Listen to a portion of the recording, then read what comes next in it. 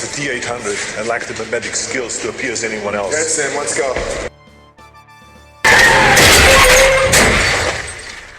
Nice to see you. Get out.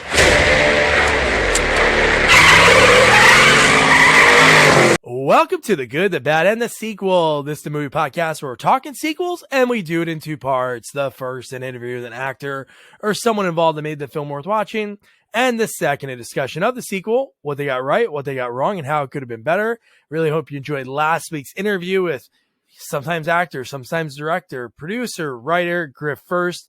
Again, don't forget to check out his new movie, Devil's Peep, with, Billy Bob Thornton, Robin Wright. So cool, beautifully shot. And we talked about how he was able to land that script from the writer of the book. So that was pretty cool learning about that whole process. And him talking about going to set with his dad, the great Stephen First, flounder in Animal House. Just, man, he was hanging out in St. Elsewhere, the Dream Team, and so much more. And in this week's sequel, he plays Agent Burke. And he gets murdered in this movie, which I was not expecting it. I expected him to be a bad guy. I'm going to say that now because he seemed very evil every time you saw him because he was working for Homeland Security. But yeah, of course, I'm talking Terminator Genisys, a movie I never saw before until over the last few days. And before we talk about Arnold and his new catchphrases, I got to introduce you to my partner in the sequel watching journey, Jamie Riccardi. Jamie, how are you doing? I'm doing fantastic, Doug. How are you doing? I'm doing great. I love, even with crazy work, crazy having two kids, son teething, I look forward to every time we can do these reviews. It's like a little bit of a little hangout sesh. We talk about, things we love about the film, some ridiculous things that we noticed during the movie, which there's a lot. Not always love about the films. Well, yeah, there's things you still always find a little nook and cranny to love. And I have to ask you, do you know what number in the Terminator series this is? So I think like 4 or 5. 5. Okay. All right. And there's one after this, right? Ooh, I think it came out. I think there's one after this that came out like last year or something. Really? So yeah, I could be wrong. I thought there was another one with Arnold in it again.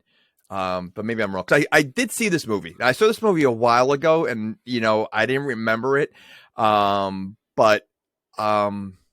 Yeah. So listen, I'm going to say, okay. So the action was pretty good. Special effects pretty good. Well, you have to tell us your full recommendation. No, I'm not. I'm not. I'm going to say right off the bat, though, I'm super confused about this movie. I am. Okay. Dude, yes, this is like, again, I know we had one of our listeners like way back in the day when we did our 100th episode of Back to the Future 3. There's definitely some timeline issues with this. I mean, with that movie, with this, I don't know. Yeah. Honestly, yeah. I never saw 3 or 4. 3 was the one when Arnold was just about to become governor and he was barely in the movie. That was the one I remember, like a girl having a machine gun for a leg or something weird. Well, there was a girl. It was a girl. I think the third one was a girl Terminator, but then you also had the one with Christian Bale that Arnold that was wasn't Salvation. In. Salvation. That was right. Salvation, yeah. And then there's one that came out like last year or 2 years ago with Arnold. It was yeah, he had gray hair in that one. He aged also in that one. Pops, I know. Yeah, Pops okay. is in this one. There's so many. One thing that's interesting a little bit, and I know you didn't see Game of Thrones, right? Oh, well, I didn't see it, but it's funny. Matt Smith and Emilia Clarke are in this movie.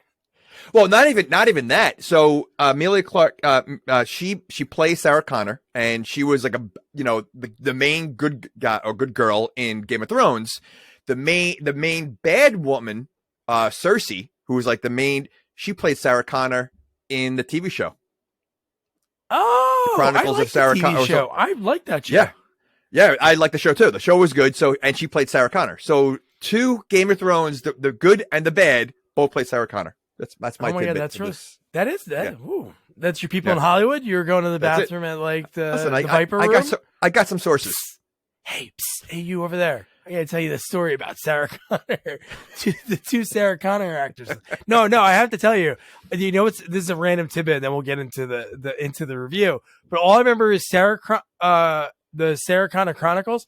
All I remember is like I don't know if it was the premiere episode or the second episode was on Fox after the Giants beat the Cowboys on a Sunday night, like in the playoffs. I'll never forget that because I remember afterwards, I'm like, whoa, what's this show? And then you have this random person going into like murder because they were trying to kill her son in it. Yeah. Aren't they always? Yeah, I guess they always are. Yeah. Well, in this one. Well, no. Well, this one, the rules go out the window. I mean, this one, there's so many things that don't make sense. There's no rules. And really, there's no rules in this one. And another thing is, like, I didn't know, like, the main John Connor was, I mean, I don't know if you saw Suicide Squad, but he plays, like, the Australian boomerang guy in Suicide Squad with the big bushy beard. Oh, yeah. Yeah, that's him. But no, I thought he looked familiar. Jay Courtney. I guess so. I don't know. Are you talking about, wait. Yeah. He's the guy in Suicide Squad. not John Connor. Reese. Wait. Yeah, Reese. I'm sorry. Not John Connor. Reese. The guy, the main guy that's with Sarah Connor. Reese. Oh, yeah. Jay Courtney. Yeah. He's the one who plays McClane's son in the Good Day to Die Hard that we saw in the movie theater. I don't remember that one, but maybe one day we'll have to do that one. So we'll see. No, one day we'll have to do that one. But I think he's a great actor. I liked him. He was really good in the recent Honest Thief with Liam Neeson. He was one of the crooked FBI agents in that movie. But no, that was good. Yeah. So let's get into this movie because you know what's funny? I was so confused right off the bat because the title entrances for the title, like for the production companies, dude, the one for Skydance. Yeah. I thought it was part of the movie. So did I. Yeah. That was very original. Very cool how they did that. That was and again, the movie goes right into it. But what year did that take place? The future? I mean, I wrote down. Oh, the future was 2017. And this movie came out in 2015. I thought it said 2029. No. Oh, yeah. The future. Yeah. Like in the opening scene, I think it's 2029. Yeah. Okay. I mean, we're in 2023. A lot would happen to 2000. I mean, like that was like that looked like the future happened already for like 200 years. The way their future is. Yeah. Well, it does make you think, if you really look at it, is the fact that the main plot of this movie is like Skynet. And what they're doing is putting out Genisys, which is the name of the movie. And Genisys is basically putting all your stuff together, like when it comes to your computer, your home, your phone, everything, car. That's now. You can, right now, like I could turn off lights in my house from my cell phone. So it's like, are we that far off? Yeah, but you know what, though? I could turn off lights with the light switch. I know, but then everything's not connected. And that's where it gets bad because Genisys can control the little boy that talks through the okay. I mean, okay, I can't, that little boy thing first. Well, when we get there, I can't, like the fact that he grows into a teenager and then he gets like, it's like, you know, it's a little ridiculous. I mean, but all I kept thinking of every time they kept saying Genisys, I'm thinking of like, you know, cause the kid got a Genisys for Christmas, right? Or something like that. Or like young Reese, wasn't it? Or someone like they opened a box and it was Genisys. I'm thinking like he got a video game. The video game Genisys. System, yeah. And that's what I was thinking. Like, it was like, you know, like it was a video game. Like what, I don't understand what he got that he was excited about. Like, I didn't understand what that was. No, I know. No, they didn't really like tell us until we saw later in the movie when they were like, when the father and son that ran the company were like pitching the product, and you're like, oh, okay, this makes sense. Yeah, but what kid would want that? I don't know. Like, I don't know why it would be. The kid acted like he got like a PlayStation 5. Like, you know, he was that excited about it. But when he opened it, it looked like it was like an iPad. Like, I know, that's what it was. How about the guy at the hospital when he was waiting for it to load? He was like staring at his screen that was like showing a countdown. And he's like, yeah, Genisys, it goes live in a day and 12 hours. And I'm like, who? Like, why? Really? You would just stare at a countdown for something that's just linking stuff? That's essentially what it's doing. People get that excited for it that they're going to have a countdown to watch. Like, okay. So no, it makes zero sense when it comes to like the Skynet. Like we mentioned like a few minutes ago, but like the fact that the guy's waiting in the hospital for it, just so ridiculous. But no, you mentioned like 2029. All right. And we get the voiceover. Jay Courtney is doing the voice. He's Reese. At first I thought he was John Connor. You know what's great about this? I didn't watch a trailer.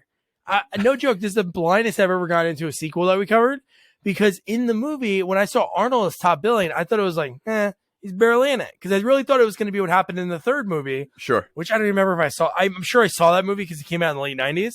But I thought it was going to be the same thing. But no, he's fully in this movie in like so many different ways. But man, John Connor. I got news to you. I think if you watch the trailer, it wouldn't have helped.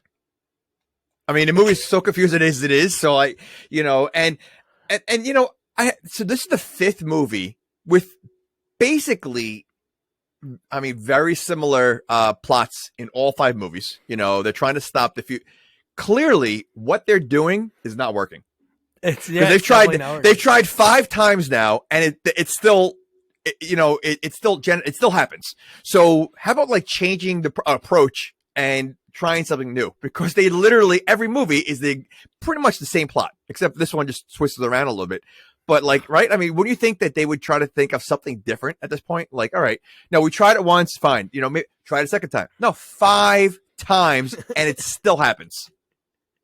No, you're right, but there's nothing. It's so weird. Like the future, it's like this dystopian. Everything seems like it's on fire, and they just have to break that. Like that's the whole point of this movie, is to break whatever that. So that's what makes no sense to me too. That thing time travels, but that's like where the source of everything is. So it's like that's for time traveling, but also it's like the core of the power of everything right in that room. Yeah, I mean, the whole time travel drove me nuts, because the fact that they even have another one somehow. I don't know how Sarah Connor has her own time machine. Like, I don't even understand that part. Oh, you're talking about I know. No, I don't. Yeah, I don't get how they have it. Yeah. So, like I said, this movie throughout, and it's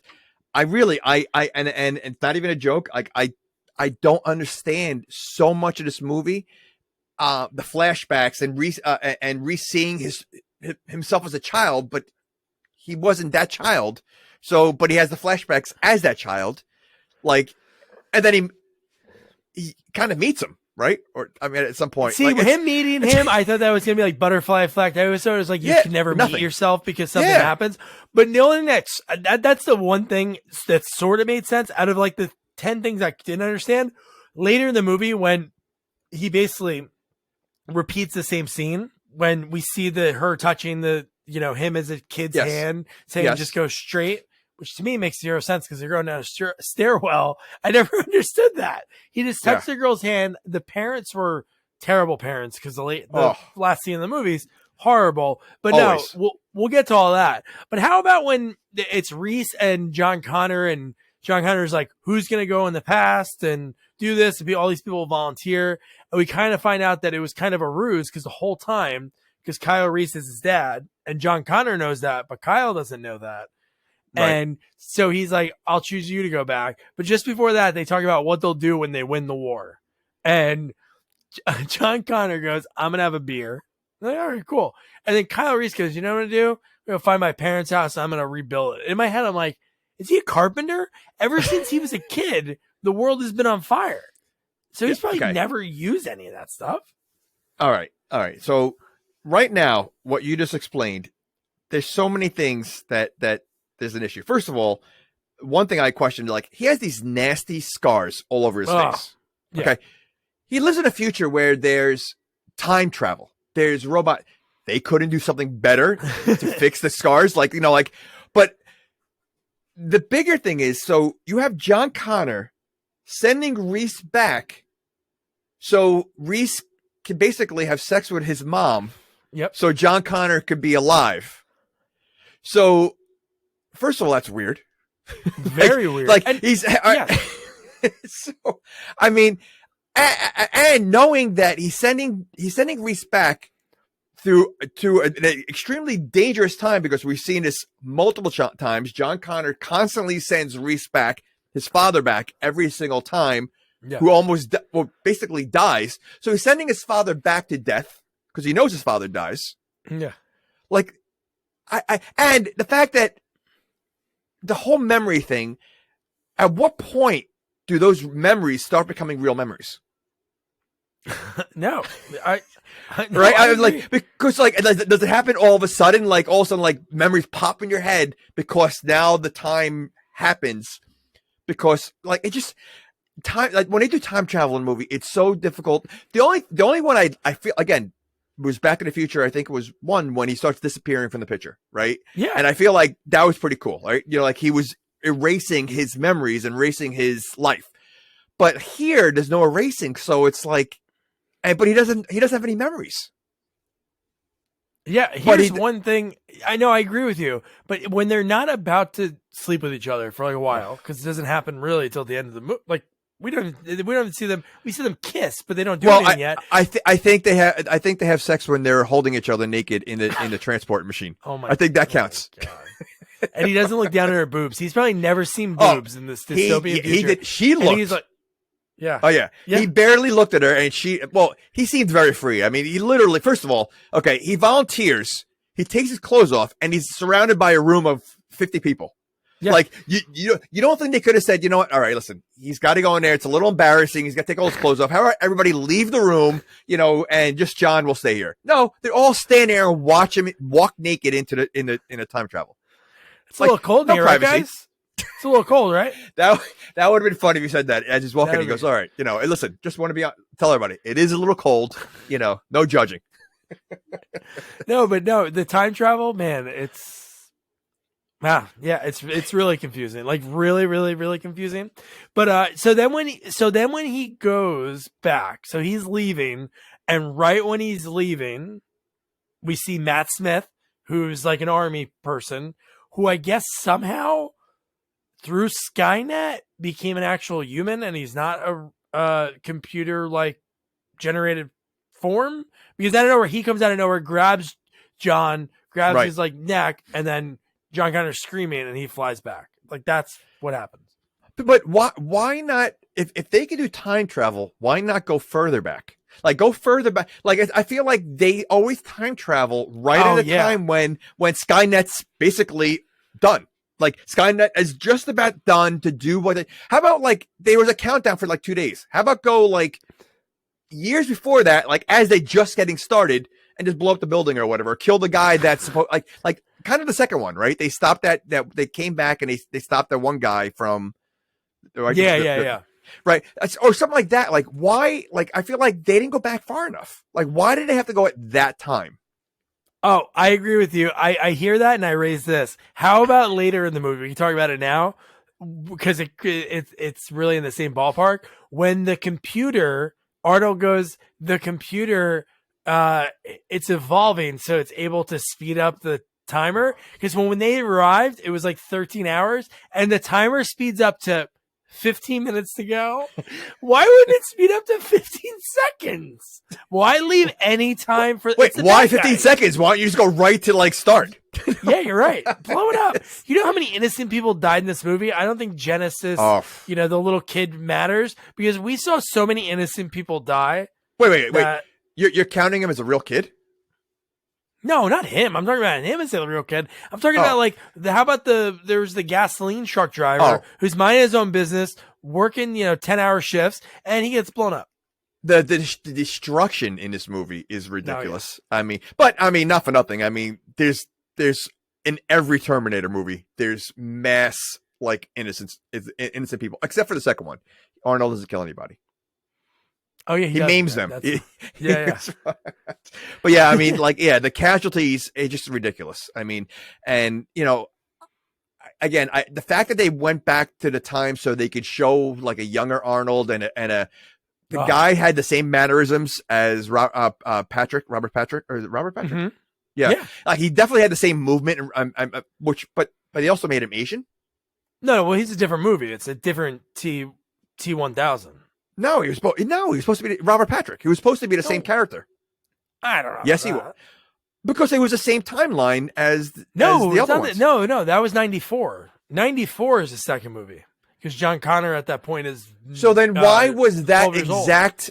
So it was... Okay, so if that was the case, then why was there this Robert Patrick type Terminator in 85? He was just in a cop uniform so he can infiltrate and people could trust him. Yeah, but he wasn't. But I'm saying like that Terminator that turns into liquid metal. Oh, he got sent back by Skynet. That's why. Oh, you think that's is that crazy, or the fact that we have another? See, the thing that makes no sense to me is we basically are watching a movie that basically says the first movie didn't happen, because in this movie we see the Terminator arrive that in the first movie is a bad guy, and he has to just murder whoever, and he's murdering the street punks. They look exactly the same, which is kind of cool. Brian Thompson, Bill Paxton, like they sort of look like that, same lines. And then you see Arnold walking up. And we learn that cool fight scene, but Pops. So he's Pops, and he was sent back to 1974 when Sarah Connor was 9.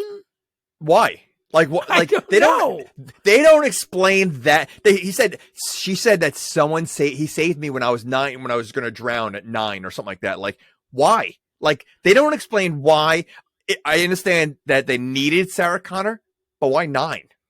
Like, I don't know either, but did you think he was a good guy? Because when she's telling that story, she goes, they came in, they shot up my house. So I guess that they could be maybe it could be different Terminator types people. But when we see Pops, he's holding a rocket launcher, and he looks down in between the cracks where she's hiding under the dock, and he looks at her, and you're like, I don't think this looks good. I really thought he was bad. I'm like, this is weird that he was good then.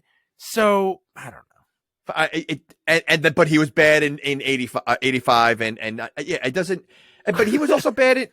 Like I said, it makes no sense. I mean, again, why age 9? That makes absolutely no sense. Like why he was there, and so you're telling me like, so they really can go back at any year for whatever reason. You know, if they're trying to stop Sarah Connor, how about go and just kill the mom before she has a baby? Oh, dude, that's the Hitler scenario. If you go back in time, right? Kill Hitler as a baby, and then none of that happens. Yeah. Right. So, I mean, clearly the machines aren't the brightest, because if they just did that, everything else will be fine. There's no John Connor at all. Somehow they missed the boat, and there's always a John Connor that's causing disruption in the future. Yeah. So if they stop, if they stop it completely with Sarah Connor, it's okay. Okay. It makes no sense. I love Back to the Future. I love time travel movies. There's just sometimes when there's so much going on, I don't know. It's got to be hard to write it. You have to have a big whiteboard, and it's like, okay, this is happening. Well, if that happens, I don't know. I think it's opposite. I think it's easy to write because they feel like, you know what, no one's going to understand what we're doing anyway, so we can just throw whatever. True. It's so confusing. It's probably confusing. They're probably talking to each other like, I have no idea what we're doing. I don't know. So you know what? But the audience is not going to know either, because we're just going to keep jumping back and forth. And Reese is going to know about his childhood, but he's not going to have the memories of it. So who cares? And Sarah I don't know. I don't know. It's just so confusing. This is almost as confusing as Terror Toons. At least there's no like Hulk Hogan, Sam Elliott looking grandmas. But no, how about what? Yeah. I was gonna say, and what's with the Terminator? Like, okay, so the only Terminators that they make has to be like an Arnold one again, because it's. I know. And the Arnold they had, he was massive. Like, there's no way. I know Arnold was big back then. I don't remember him being he looked like the Hulk. He looked like Arnold Hulk. 70s Arnold. Like, that's who he looked like. He was like big. He was blown. He wasn't blown up. Leaner. Yeah. Yeah. Yeah. Okay.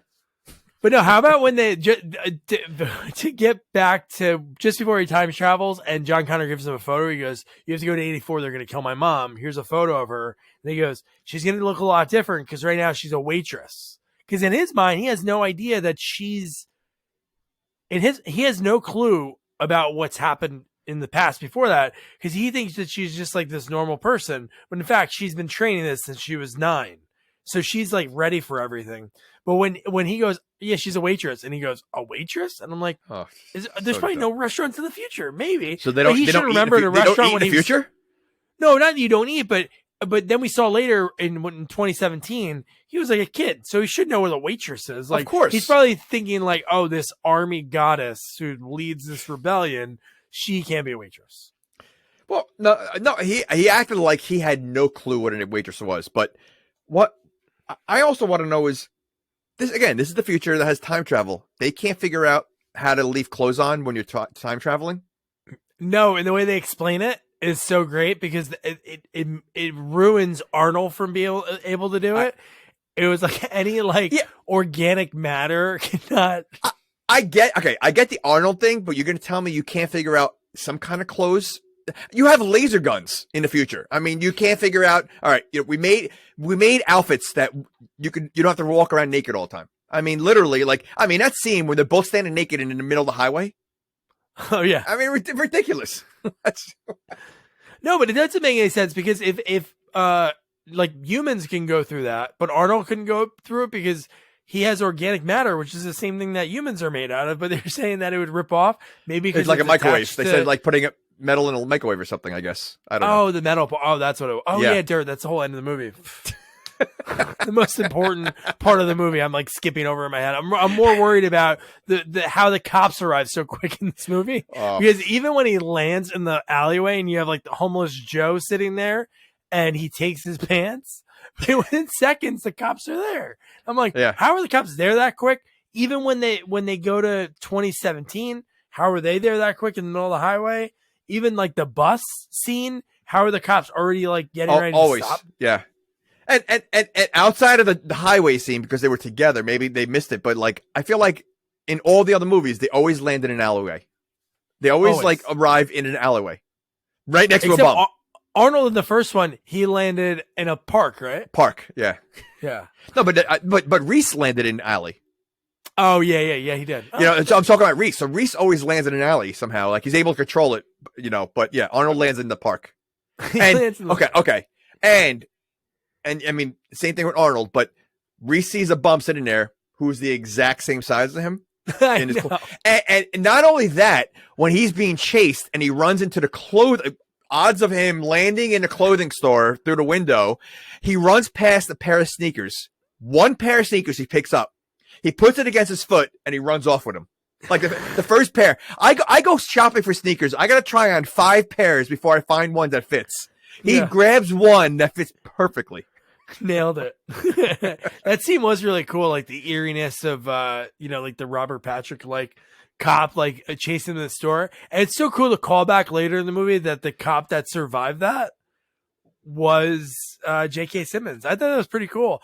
It was disappointed he didn't have more of a part in that movie. They made him seem very important for 5 minutes, and then we didn't see him for 30 minutes. Very important for 5 minutes, and then he disappeared.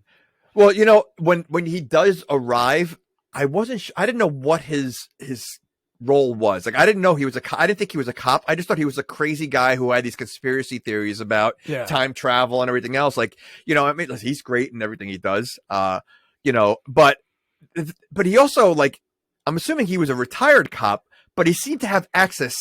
Okay, first of all, it seems that everybody has access to get anywhere very easily in this movie. Yeah. The cops are very, like, they just, okay. I do love when Sarah Connor shows up because she says the line that Reese says to her, right? In the first movie, in the original? In the car. She's in the truck.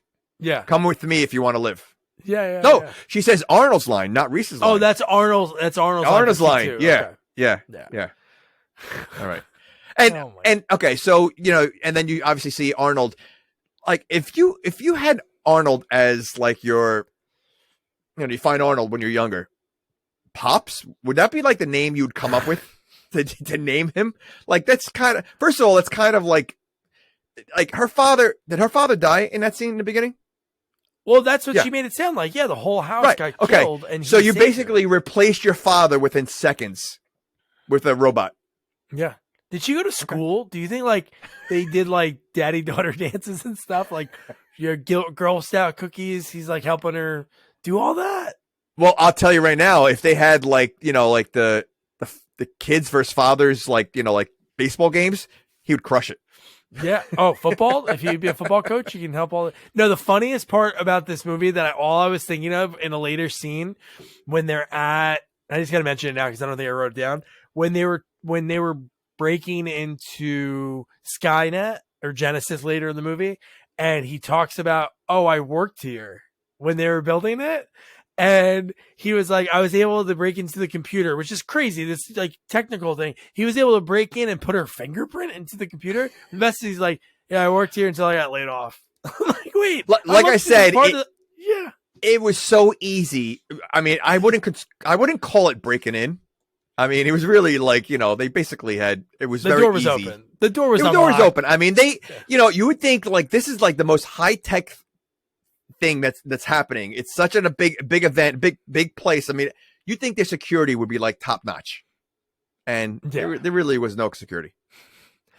Now Reese, obviously, because all the Terminators look like Arnold, he's freaked out. He wants to kill him right away. And dude, Arnold was messing around. He knocked him out. Well, see, now that seems like, how does he know Arnold is a Terminator? Because when you see the future, there's not one Arnold.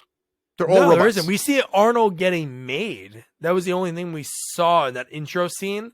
That was the Arnold that got sent back. But we don't know if that Arnold was getting sent back from 2029 or whatever, or what year it was. So, okay, so you know what? Maybe I missed that. So Reese saw an Arnold in the future then? I don't know if he saw it. We assumed that maybe because we saw the one getting made. It was basically like coming off like a toy assembly line. The way it was like getting dropped down. It was a bunch of Arnold toys. Was there I must have missed it. Was there multiple Arnolds like hanging there? You only saw, you didn't even see the face. You saw the body and the outline of it, and you were like, oh, that's got to be Arnold. I saw the butt. I'm like, that's Arnold's butt. Oh, okay. I wonder, like, that's an Austrian ass. Whoa. All right. I wonder what they use in the future to base Arnold on. Like what? Like they have all these people. Again, not one person looks like Arnold. So like, what made them think like, all right, you know what? We got to send back a killing machine. Let's send back something that looks like this. Like, I wonder what was the model? Like, it would have been cool if like the president of the future was Arnold. Oh, and they're basing it. Maybe I was going to say they found a VHS tape of Junior. They were like, let's use this guy. Which one? The really small guy? No, the tall guy. Of all the Arnold movies, you bring up Junior. Well, that's the funny part.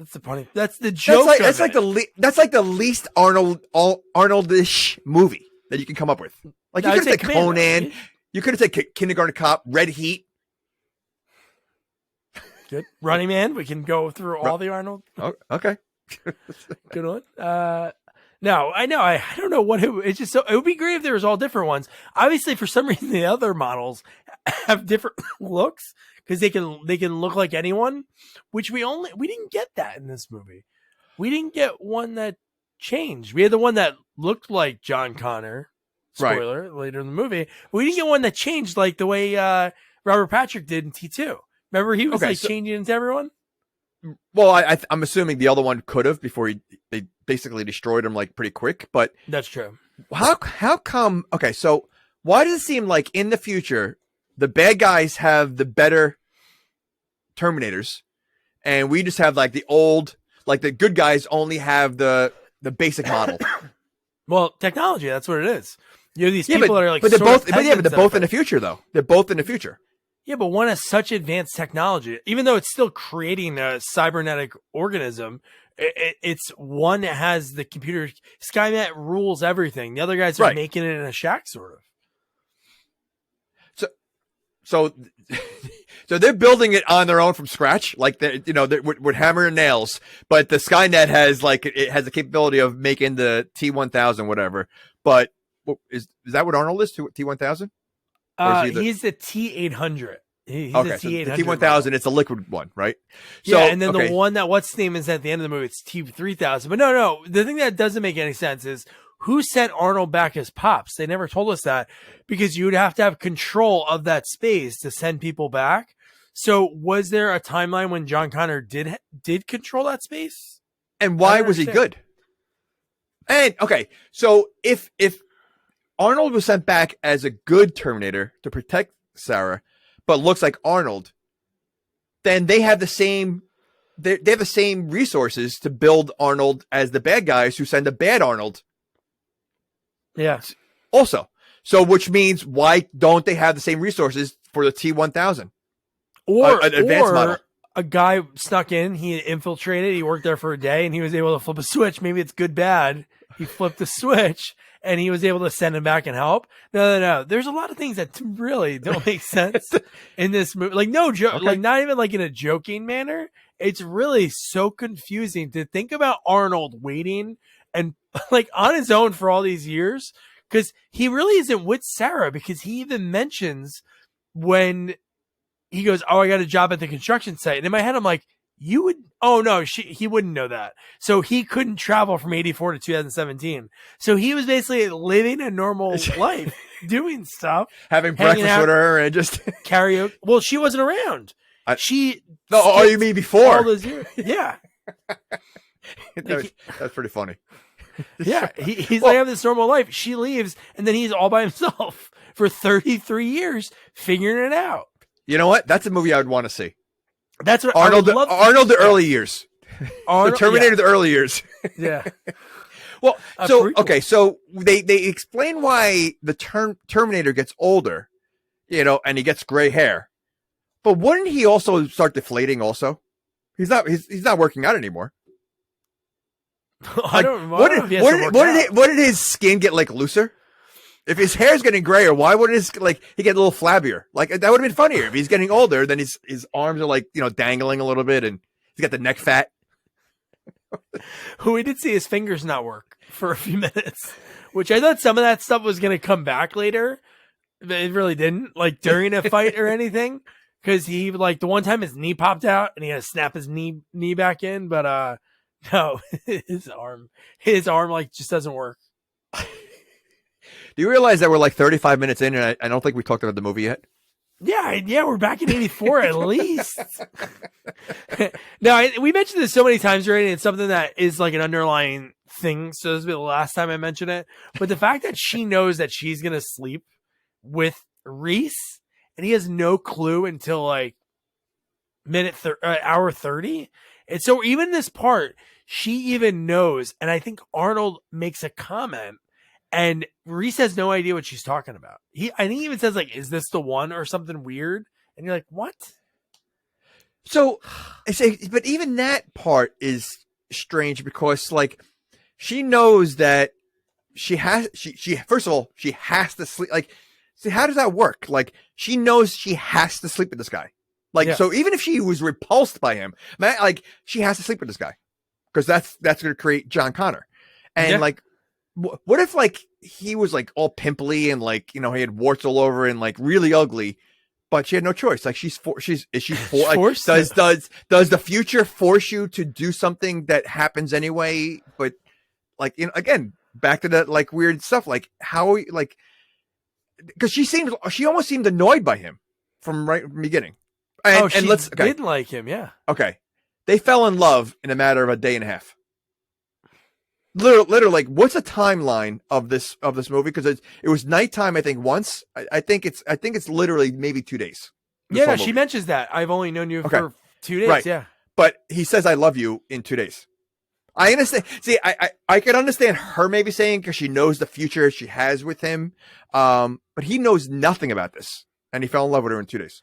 Yeah, I guess because he has the memories that are coming in from her meeting her as a kid, and I think his infatuation with John, which is kind of weird.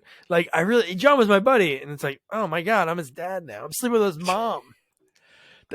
And the fact that he has memories of her as a kid really is weird. Oh, it's creepy. Yeah, no, definitely creepy. So he makes it to the future. Like, it makes no sense. Like, So he makes it to the future with John. But John's not born yet. She doesn't know. Technically, she doesn't know who Reese is until she meets him. I know. That's what makes no sense either. Because you would think the timeline would be reset. She should only know up until that point. Like, wait, okay. Why does she know who Reese is? Exactly. Unless the only way she would really know, and this is probably what the answer is. So if somebody's listening, they're like, morons. Pops came back from the future. He knows everything. He probably spit everything out to her and read the story to her. I bet every night. Oh, in 1984, you're going to meet this guy named Kyle Reese. You're going to sleep with him, and then he's going to birth John Connor, who's going to lead the revolution. Because that's the only reason she would know. Pops would have to spit everything out. And it kind of throughout the movie, he does say these things, like, because he knows everything that happened between when he came back, so up until the future, Arnold knows a lot of facts, but no, it's confusing as hell. This one guy's telling her everything, that this is the guy you're going to sleep with, because she seems like he knows her. I mean, she knows him, which that's not possible. She clearly, and she knows he dies. Yeah. How would Arnold know that? Because Reese is in the future. Yeah. So, okay. All right, let's play this out for a second. So if Pops knows the future, that, all right, Reese is the father, but she mentions that Reese dies, but Reese is in the future already. So he doesn't die yet. So when he comes back home, and after she sleeps with him, and then they create John Connor, then he dies. I guess, well, does he have to now? Of course he has to. That's that's the whole thing, because she says he has to die. She says you die, or she talks to whatever. She mentions it in the movie that he's going to die. So, well, that was assumed that he was going to sacrifice for her, like he did in Terminator. Yeah, but that's going to change. That's going to change the whole timeline then. No, it would, but I don't think it's going to change for like it maybe a little bit better that you have two guys that could fight. Yeah, no, I know. See, it makes in the first movie she didn't know he was going to die, so that makes sense. He's from the future, comes back, but even that doesn't make sense because he's already in the future. So how does he die in the past? And he knows John in the future, but he dies in the first movie. I know, right? So which means John never met him to send him back. Here's the only thing I'll say is because he wasn't born in 84 before that, he's not really part of that timeline. So essentially, I think he's born in who? Are we talking about, John or Reese? Reese. Like, how old is Reese, you think? Well, in this how movie, old was Michael like Biehn? If Michael Biehn was probably 35 at that, but yeah, he looked old. He looked older. He definitely looked older.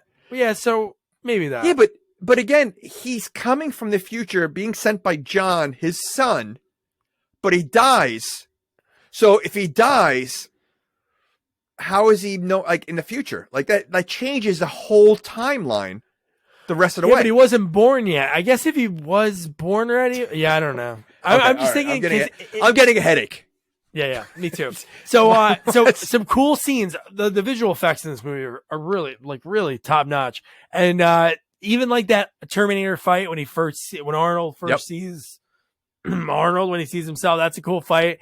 Even when that it turns into just the skeleton and Reese fights him, but a scene that I thought looked like unbelievable, like when they were in that random room. I don't know how where the acid room is of somewhere.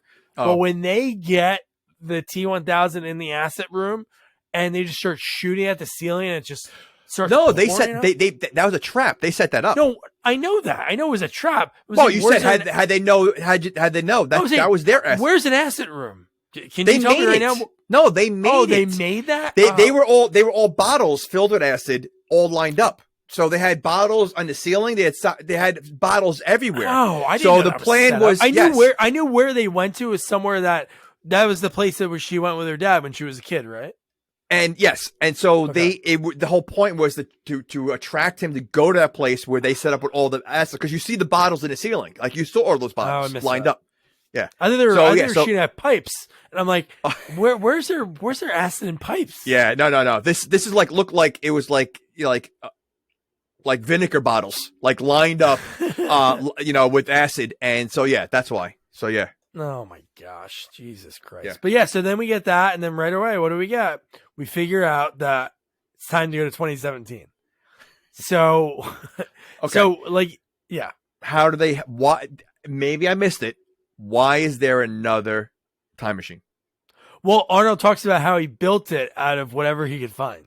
So he has the knowledge from 2029 that he's able to bring back to 75. And over those 9 years, he collected everything he needed, I guess. Okay. So let's for argument's sake, saying that, all right, he has the knowledge. He has the instructions on how to build a time machine, which is ridiculous. But I'm assuming the time machine that they're using in the future has different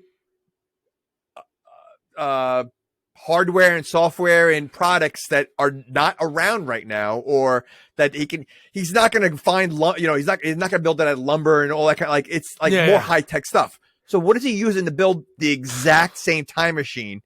It was the exact same one. I know. I don't know, like a Nintendo or ColecoVision, something like that. No, it's really ridiculous. The fact that happened. Why? And okay, so if they have the time machine, why do they have to wait for Reese? Are they waiting for? I guess they are. Well, they don't use it until Reese shows up. Yeah, true. Because they could have went to 2017 by themselves and did that, right? They could have went. First of all, you got a time machine. You're never going to use it. Like, they're not going to use it. It looked like it was never used, right? So I think that was the first time they used it. So you have a time machine. Wouldn't you start having fun with it and start going whenever? You could do whatever you want. You could, again, start. If she's got a Terminator, start early when Skynet starts, creating the stuff, and start there. Then you solve all the problems. Yeah, no, that's it. Yeah, no, okay. You go way before, so you're not cutting it close, and you have to worry about 5-minute countdown. You know what? They're always cutting it close. It's always as late as possible. I think movies probably suck if it was like, yeah, we stopped that already. There's no suspense. Like the most unsuspenseful superhero be like, oh yeah, I did that already. Like, stop the bank robbery before it happened. How'd you stop him? All right, give him a flat tire. He couldn't get there. We stopped it a week ago. Yeah. It's never gonna happen. You're never gonna worry about it. I was thinking about this, like when they have sex, like, because she knows she has to do it. It's got to be it's got to matter when. What if 2017 they go there, they do what they need to do? Obviously, Arnold could build another one, I guess, but she would have to, while pregnant, go back in time because he has to be born in 84. If he's born in 2017, that's a long ways before he's going to get to where he needs to be. Well, he's not born in 84. Oh, yeah, he is. Yeah. Okay. Why is he? Okay. So let's go back to the beginning. Why did John send Reese back to meet his mom? Because he knows he has to. And like you said it before, he does that every time. Okay, right. Okay, but I mean, they don't really break it down. They really don't explain why someone has to go to his mom. They just said someone has to take this adventure to my mom. Like, does he explain why?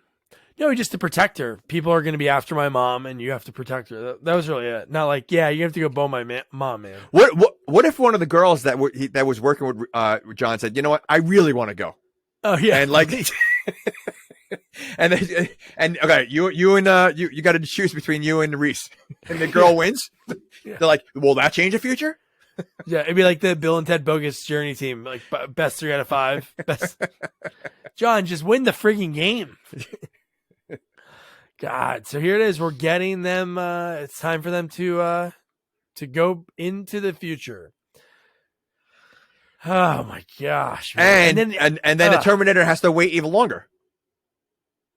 Well, this is when he's doing all his work in the next 33 years. This is when he's working at the place and he's figuring out everything. But how about when he finally gets to her, when he arrives and he sees them like getting arrested, like on the bridge, right? He sees them getting, yes, yeah.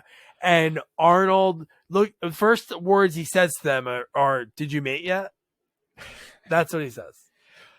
Okay, but how does he know the exact time they're going to be there? I understand. All right, we're gonna meet in 33 years.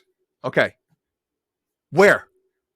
Oh, unless he could put coordinates in. We don't see that they could do that. The capability of that is why would they choose an alleyway, or why would they choose in the middle of a highway? Clearly, but the fact that like they don't explain it, but somehow Arnold, the exact time, place that he was able to get there, right when they got there. Yeah, like he was like almost like or he's a Terminator, so he doesn't have to eat. So he just sat there for 33 years on a park bench and waited for her. Oh my God, dude. But again, when they land in the middle of the highway and they're naked and people are like honking their horns at them, I'm like, how are the cops there so fast? They got there so quick. Like, unbelievable. Yeah. And people died there, I bet, too, because they'd slammed on their brakes and I think they got a little distracted. I think they got a little distracted in that part. They probably did. Hey, is that the chick from Game of Thrones? Oh my gosh, man. So then where are we at now? So, is this when we see JK Simmons already? Because he sees them at the police station, right? He sees them. Yes, correct. Yeah. Well, he recognized him. He recognized, we saw Arnold, Reese. right? No, he recognized Reese. He recognized right. Reese from the, I think that's what it was.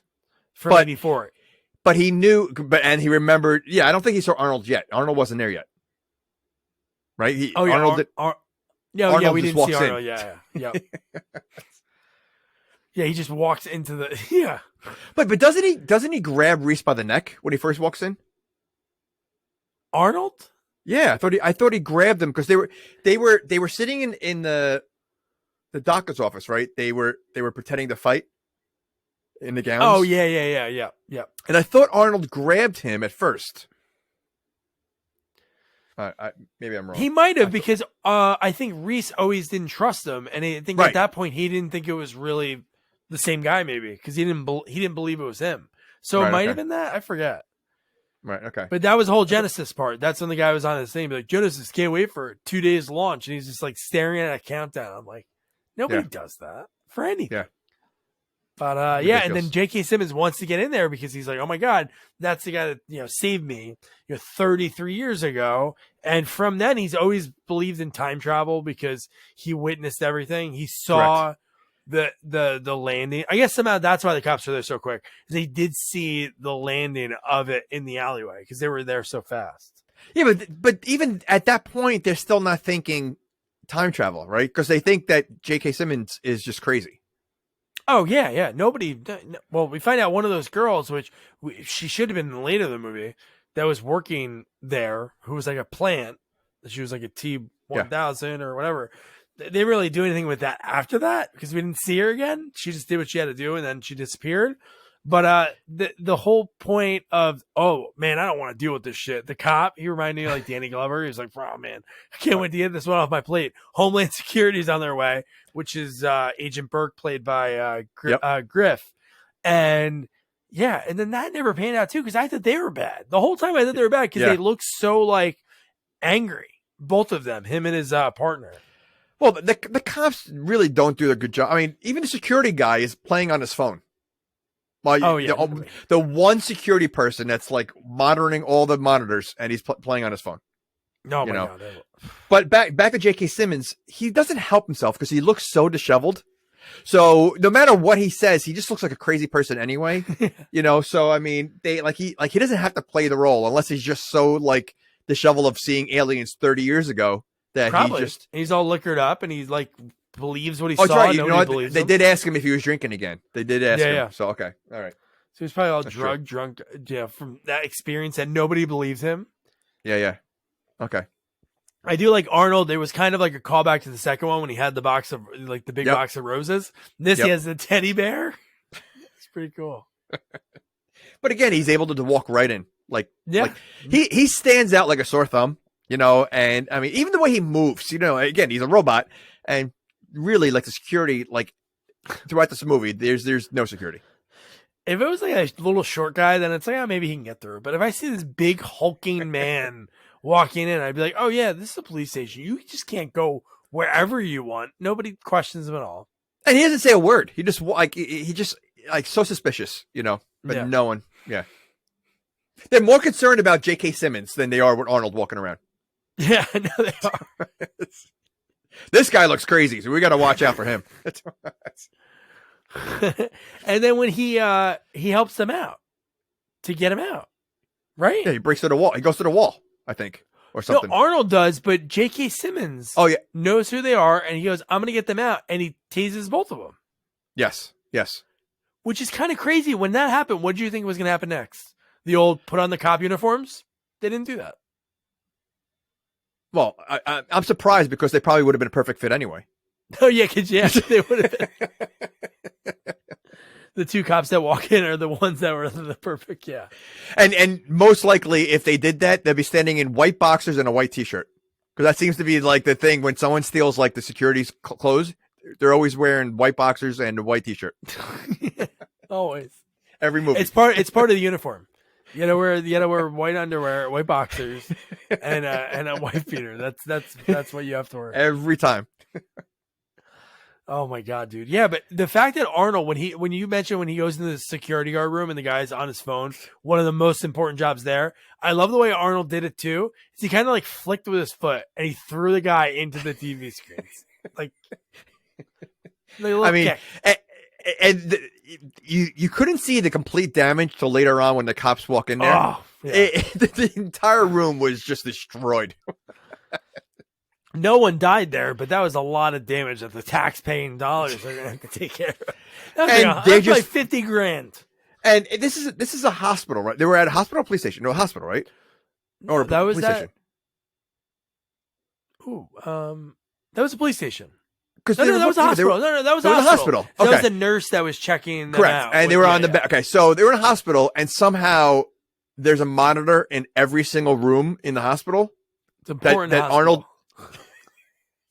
I mean, because again, the security guard had. I mean, I'm not sure if that's really how it is in security in hospitals, but the guy had like 50 monitors, and somehow Arnold knew exactly where to find them. Well, he probably worked there before. He probably had a job there. He probably got a job at every place there to know the schematics of every place that they might end up going. Or he knows in the timeline, because he's from 2029, that, they went to this hospital in 2017. Oh, Genisys, I have to get a job there. And he just knows everything. I'm thinking that he waited 33 years. He had nothing else to do. He just did a lot of walking around and just scoping out everything and just... Clearly, no one's stopping him, so he just went wherever he wanted. He was whistling, just sitting on the same bar bench. So do you think he has like the same power as R2-D2? Like he'll stick his finger into like a socket and he could download all the blueprints of the entire hospital? I agree. No, I think he did mention something like that because he was able to get information on something at one point in this movie. But no, I would just, we mentioned it before, I would love a movie of like him just being normal. Because he had to get a job, he doesn't have to eat, but he has to live somewhere. It should be like Castaway with Arnold, just Arnold, nothing else, and seeing how he survives for 33 years all alone. Just like, doing normal stuff. Dating, maybe he has a family. Maybe he had a family. They adopt it. What? He's dating like a washing machine. He's a robot. I mean, if he can still love. Okay, he cares about Sarah. So clearly, they're giving him the full body treatment of skin and everything else. Do you think they give him genitals? I don't know. I mean, if they try to pass him off as human, like, because if they're not, do you think he's like a Ken doll? Oh, like buried down there? I would say he's buried down there, but maybe they did give him genitals for that one moment when somebody was like, "Hey, I read that Terminators, they don't have genitals, so."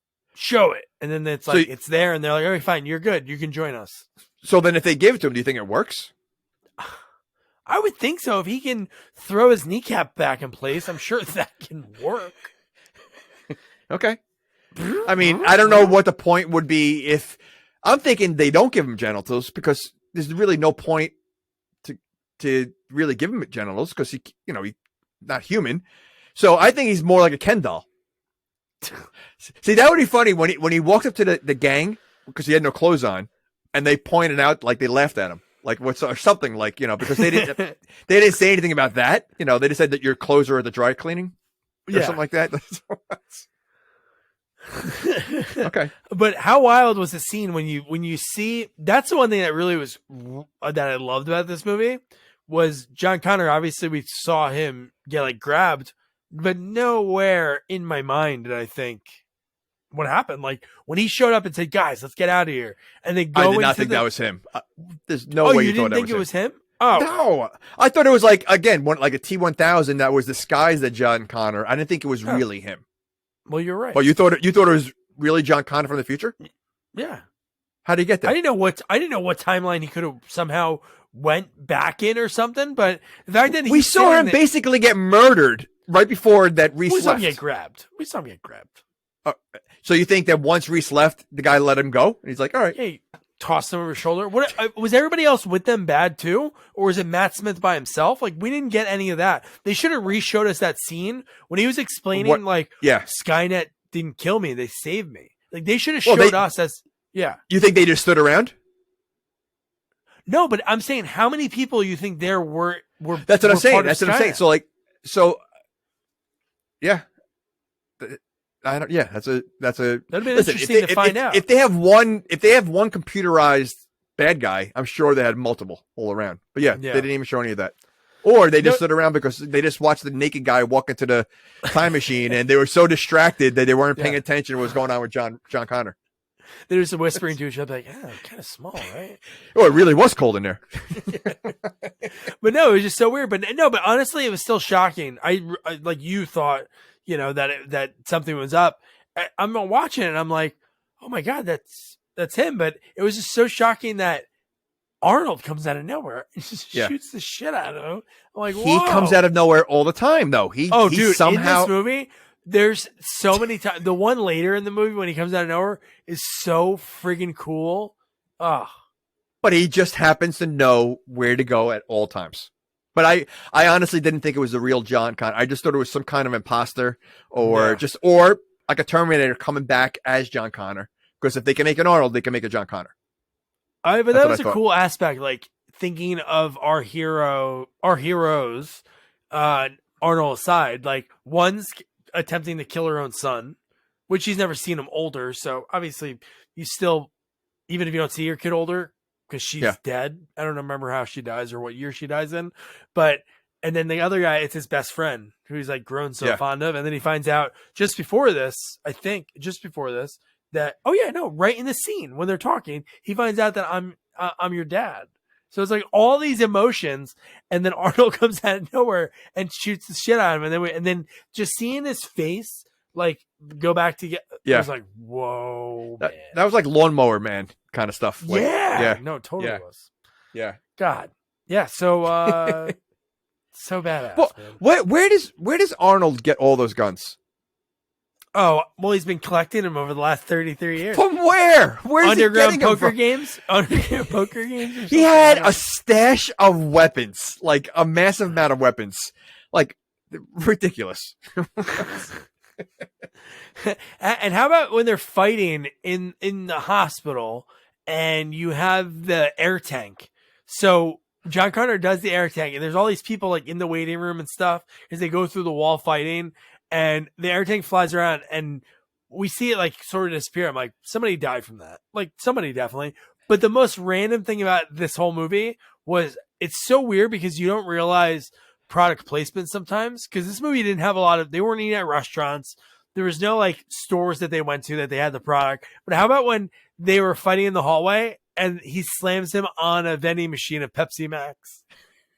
It was like it was like the thing laid over and you read it perfectly. And you're like, are we doing this? Terminator, we need that money? It's so ridiculous. Well, do you see that oxygen tank happen in movies all the time, that it flies around like that? Do you think it really happens like that? Oh, I don't know. But in Freddy vs. Jason, it's really good. Oh, yeah. When Freddy's, when they're flying off. I would think so, because I can tell you, let's go to a quick story. So I tried to do one of those on my Honda Civic. I tried to do that refrigerant cooling thing for the air conditioning. So I used the thing. I followed the instructions. But what I didn't follow is you couldn't you had to turn the knob off. I thought it was fully done. So I thought it was fully empty. So I didn't turn it off, seal it again. So I took the thing off and it shot out. I'm telling you, it was at my wife's parents' house, and luckily it didn't hit anything to break, but it went airborne. Imagine you were standing over it. It was in my hand. It flew out of my hand. Oh, I thought. Yeah. No, I was taking it off, and it was I'm like, holy shit. So it was like a Mentos thing when you put it in the. Yes. That's really what the oxygen tank is. It's like dropping Mentos in a Pepsi bottle and shooting around. That's the way it looks. In this scene it was so wild, but I do love the MRI machine. I thought that was such a cool looking scene. Just seeing him walking and talking shit to Kyle, he's like, you can't stop us. And he's just walking. You see parts of his body getting sucked back. There's like a trail of him while he's walking forward. That was really Well, it was also cool that it also got Arnold also, like in the beginning of it. Oh, yeah. So that was pretty cool.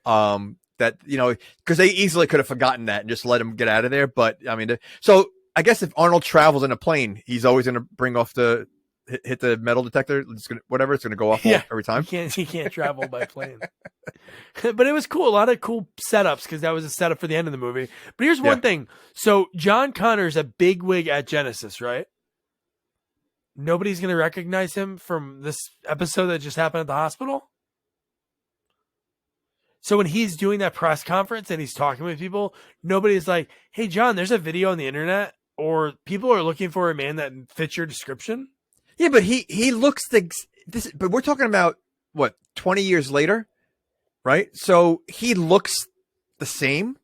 Like he wouldn't look that way. Because he came back as his future self, not as the 2017 self. No, because 2017 self, he'd be like 30. Oh, we're talking about 2029, right? So yeah, it's only about 12 years. So, yeah. Okay. No, what I'm saying is when he gets into the fight at the hospital, him working at at Genisys, wouldn't people there get wind that a guy that fit your description don't the cops have a warrant out for his arrest too? Like, this guy was trying, like so many people saw him go through the wall fighting in that waiting room, but it's like, hey, isn't that the guy that's all over the news all the time?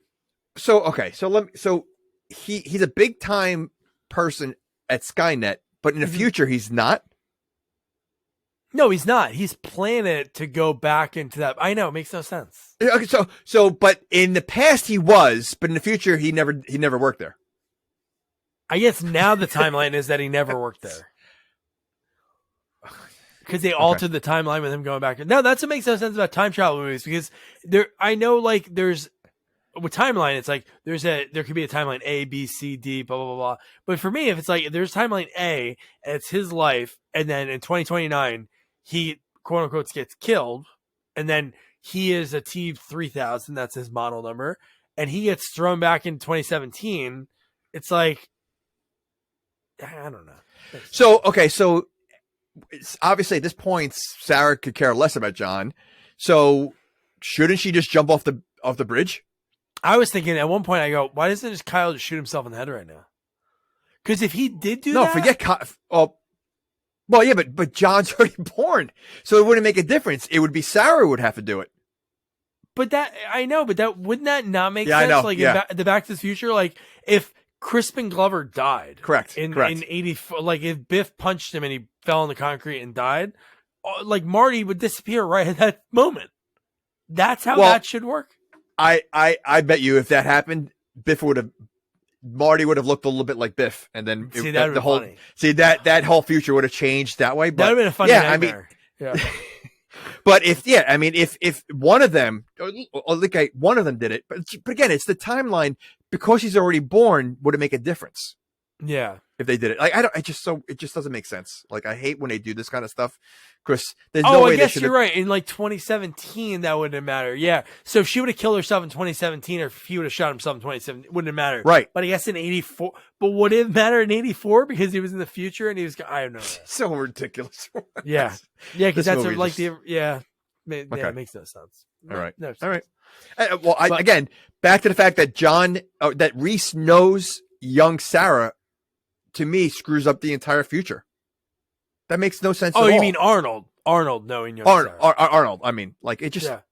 All right. I don't know. Right. Did you catch my favorite part of the movie? So when they go to when they're going to the, like the bunker where she used to like go with her dad and like where they have all their weapons and everything. Did you notice a picture on the wall? I did not. I can't share photos in this, but I'll tweet it out tomorrow when we're recording this the night before it goes live, but was it like a Commando poster? No, it's a like a crayon drawing that my daughter would do. And it was like her standing with Arnold. Oh, yes, I saw that. Gun, of course. Yeah, and there's a gun in the hand. Well, like that's when she was 9. But she handed that into school?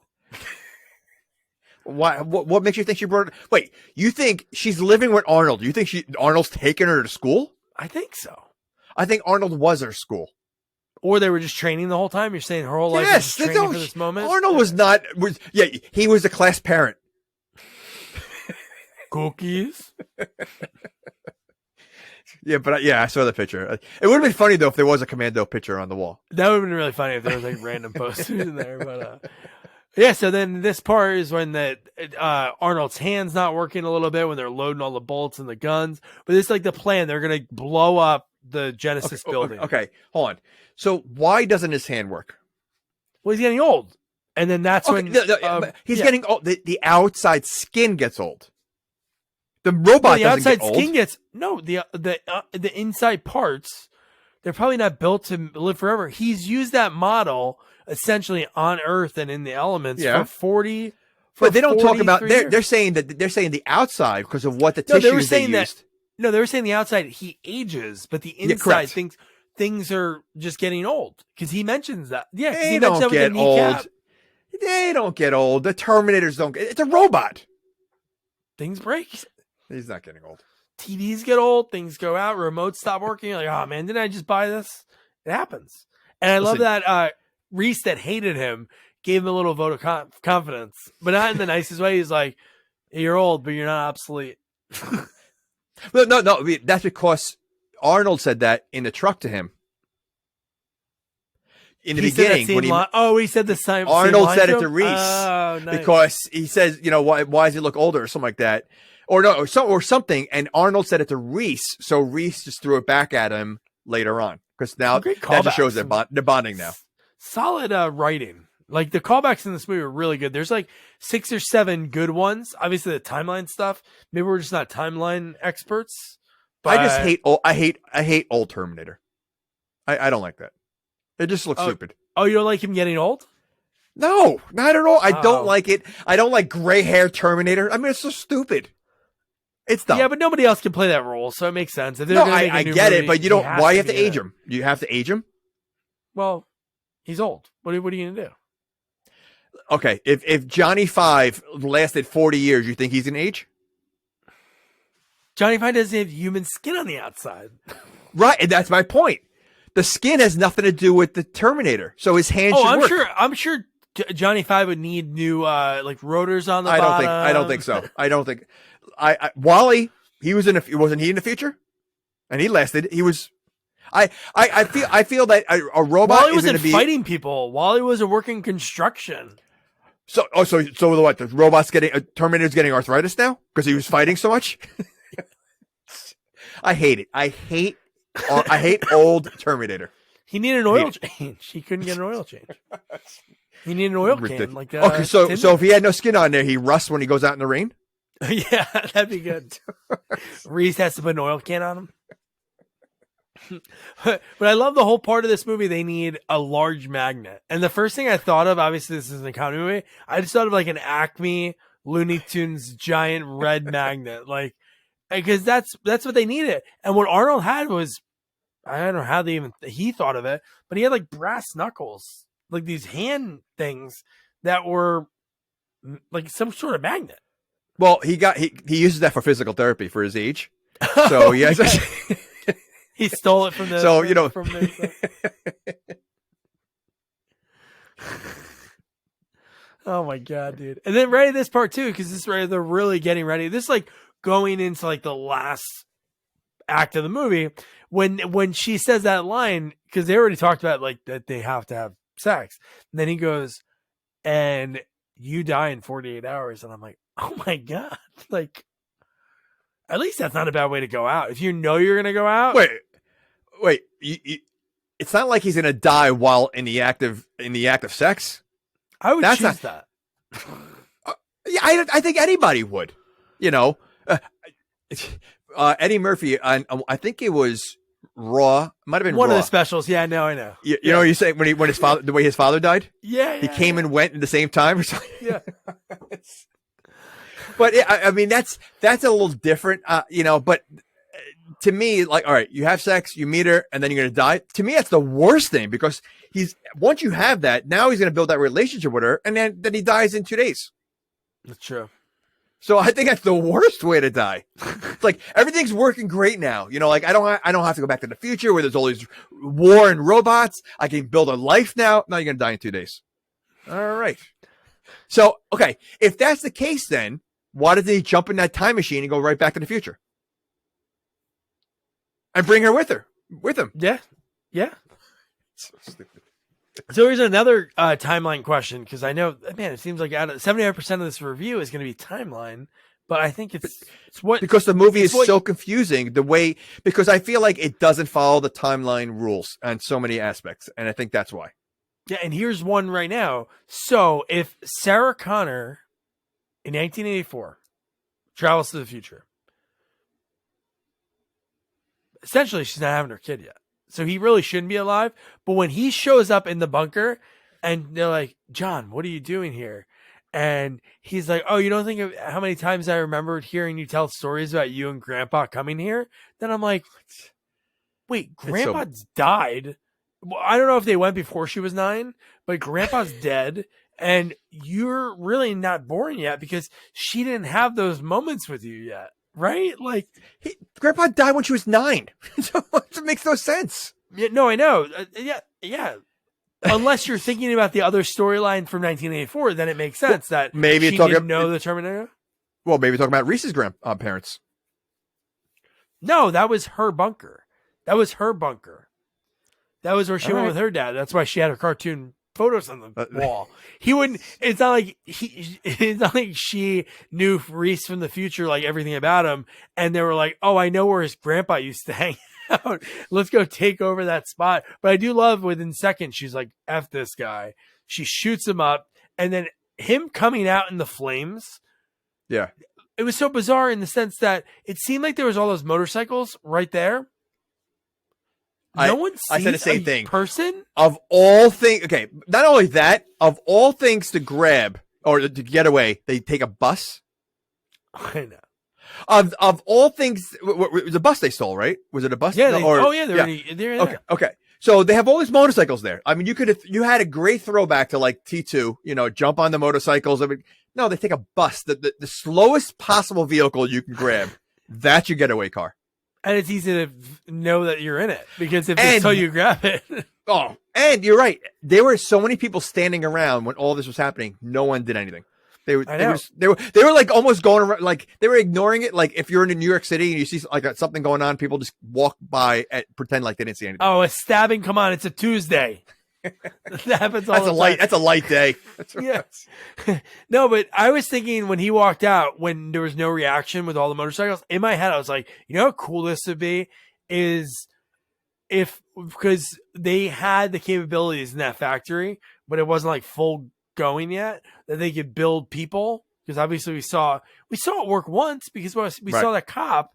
So it would have been cool if there was a whole gang of them getting on the motorcycles and chasing them down, like on the highway. Because, dude, that scene was when they're on that bridge. That's like the only clip that I had to put together because I knew we were talking about other stuff. But dude, this scene is like a little combo. Again, of all the things to grab, let's grab a bus. I mean, like it's a giant bus. A giant bus, yeah. It's not like they couldn't fit. It's not like they have a lot of bags. They can fit that stuff in a sedan. How'd they get the bus to drive?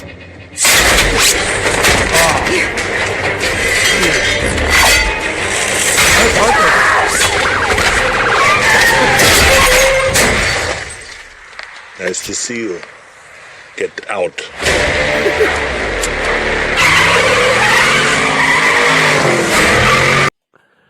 And, you know, newsflash, that guy probably died. The guy just standing there in traffic. The cop gets as out. Cars are flying by. Yeah, I mean, and I didn't know. I mean, I know the Terminator is strong, but he's able to hold a bus dangling.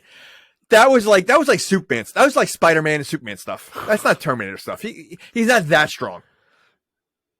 Yeah.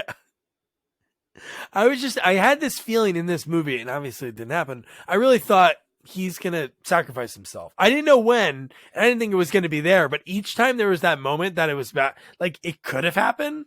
Like he would like save himself, like put himself, which he did, and then it survived. Well, we'll talk about the end because that makes zero sense. Well, you know, again, whoever sent him the first time when she was 9, why didn't they send a couple of them?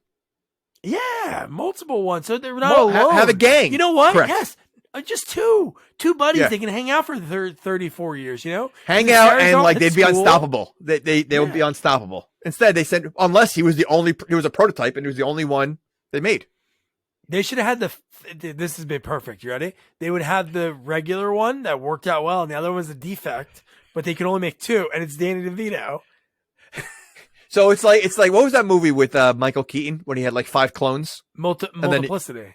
And the end of one that was like a little silly. Oh, dude, they had so many. Yeah. No, but the one was like the real man's man, and then there was the one that was like really slow. There was a slow one. Yeah. Yeah. I said silly. Doug, I think his name's Doug in that movie. Is the really silly one is Doug. They call him Dougie. I think I'm pretty sure. It's a good movie. It is a good movie. Yeah. All right. Yeah. So you have like a Danny DeVito Terminator. That'd be great. Mm-hmm. Yeah, that'd be really funny. Well, they're making triplets, right? Yeah, with Tracy Morgan. No, and Eddie Murphy. Oh, is that no? I thought Eddie dropped out. No, sure? IMDb still has all 4 of them: Tracy Morgan, Eddie Murphy, interesting, and Kevin Bacon is in Beverly Hills Cop. Oh, I saw that. That'll be good. Yeah, I'm excited for that because he plays a good bad guy. I hope he plays the bad guy in that. Yeah, I'm sure he will. But yeah, so that scene's really cool. The special effects in that. But what does he pull? Because he cuts the brakes. Okay. Correct. So I guess he pulls the axle, right? And the axle sticks into the bridge. When Correct. you see that bus flip over, it looks so real. But would a bus really flip like that? I mean, that bus, how high in the air did that go that it was able to flip like that? I don't think so. Science-wise, like if we had like Jamie Hyneman and all those people from Mythbusters, I would think that a bus would not be front wheel. Wait, his name is Hyman? Yeah, is his name Jamie Heilman? Maybe I forget. I mean Hyman. That's an odd last name. But no, I would think a bus. This is me. I'm not a car expert, but I would think it wouldn't be front wheel brakes, like front wheel drive. Right. So I would think. But I guess when that thing stuck into the ground, I guess that's what it was. When he ripped the axle and it stuck into the ground. But think about how heavy that bus is, though, to flip like that. That's crazy. But it was to give you a little flashback of Speed when she couldn't stop it, and yeah. But cool. Again, the cops are there so quick. They have the friggin' nails in the road. They have the thing ready to stop them. And how about when the bus is hanging over the edge? Like that scene's wild. When John Connor is on the bottom of it, that's like freaky as hell, man. And again, that happens in movies all the time. That it just happens to hang over. Like, does that happen in real life? The cars just dangle that are like, get in an accident on a bridge. They just happen to dangle. From watching so many movies, I feel like if I'm ever in those situations, I think I could survive because all those movies are okay. Nobody move. Okay, you. Go to the back. Go to the back as fast as possible. I feel like as soon as you move, you notice that Arnold does a Bugs Bunny in this. So you know how like when he comes out of the cop car that he was flying down the highway, he spins, he opens the door and he steps out as the car is about to crash. He literally steps on the highway. He at Bugs Bunny, if he's falling off a cliff, he just walks out of the car like right before it crashes and he's okay. Arnold does it on the highway. He literally steps out of the car and it's like spinning out of control and he's totally fine. I always thought it's all about timing. It's all about timing. Oh yeah. And I always love when buses or anything that's hanging over in movies, when when it's about to fall and the person's in there getting held. I always thought it's such a cool looking scene. And John Connor's able to grab, I guess at that point, I don't remember what that was. I don't remember them saying, hey, we're grabbing like the detonators and the bombs at this point. Right. But that's why he like reached at the last second to grab from that seat. But what happens next is not what I thought. I really thought we're about to see Arnold kill all these cops. No, we get, bad boys, what you want? What? And they're arrested? And Arnold is also arrested, right? At points, all of them. They all get mug shots. They all get interrogated. Okay. Each one. Arnold smiling at the mugshot with his teeth. Him not knowing how to smile is really funny. It's just ridiculous. Yeah, I mean that is pretty funny. I mean, you knew like it was going to be nonsense when he was getting interrogated. Yeah, it's just so ridiculous. Oh my God. But the scene that's really creepy is when they mentioned it early in the movie, they said, we found a match to your prince. And that was when they were in the hospital. And they mentioned like, oh, but you're 7 years old at this point. And it's like, it's kind of weird. But when you saw the kid on the other side of the glass with his parents, he's like, Dad, that kind of looks like you. And I'm like, oh, that's wild. I couldn't like, but again, how do you go on the rest of your life? That's all you think about. Just like JK Simmons. Yeah. That would be the rest of my life thinking I saw my kid grown up somehow. Yeah. Yeah. And Reese doesn't recognize like the guy. Well, he can't see he doesn't see him at all. Ever. Oh, I thought he did. Oh, I thought, okay. No, he doesn't know. Even he sees the kid later in the movie. Okay, I got you. Okay, you're right. Okay. Yeah, because he knows where he grew up, so he went there. And what's her name knows because she had that. She didn't have that memory with him, but I guess she sees him. Maybe I don't know.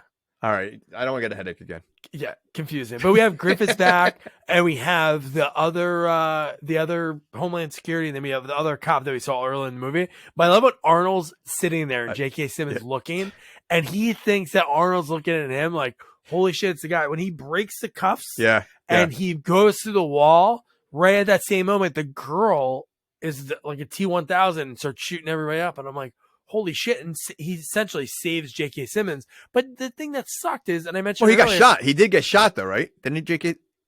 I thought he did get shot. Oh, no, he had shot up on the roof with the helicopter. Oh, okay. Yeah. No, he doesn't get shot at that point. But the fact that we didn't see her again, and Arnold didn't kill her. I feel like him and J.K. Simmons just walked through the wall, unless I missed it, or it was like a quick kill, because he had no gun at the time. You're right. But it makes you wonder, like, were there other Terminators planted in there? Exactly. Yeah. And that's what I was thinking. That's why I was thinking a motorcycle scene. And I was like, oh, it's probably just John Connor. But then we saw that, and I'm like, holy shit, are we going to get more people? Nope. Yeah. Not at all. Just that. That didn't make sense either. And I thought it was going to be John Connor that was transforming into the girl, and I thought that was the whole. And that doesn't even, because again, the fact that you have just one extra Terminator for like a quick little scene and then no explanation. Yeah. And even John, he only does the voice change. That's it. He doesn't do like the morphine at all. Nothing like that. But when they're when the helicopter chase scene is, oh my God, that's so crazy. The fact that they're almost away again, and he goes, yeah, your son taught me.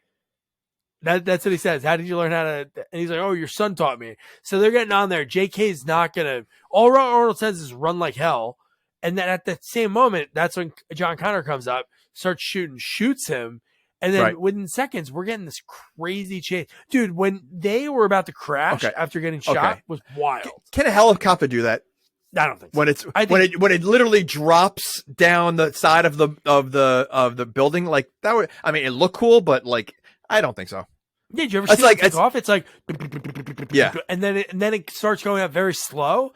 I don't think they can go almost take they're going like probably falling down at like 50 it's like he stopped the motor to drop all the way down and then started to go right back up. Like, that was crazy. I mean, it's so that whole chase scene, it looked really cool, but the scene I mentioned earlier when he was like, you have to stop him, what can you do? And he sees the tanker in traffic and freaking blows it up. And I'm like, oh my God. How many people died? The driver, people in the store that were right there lived above the building, the cars next to it.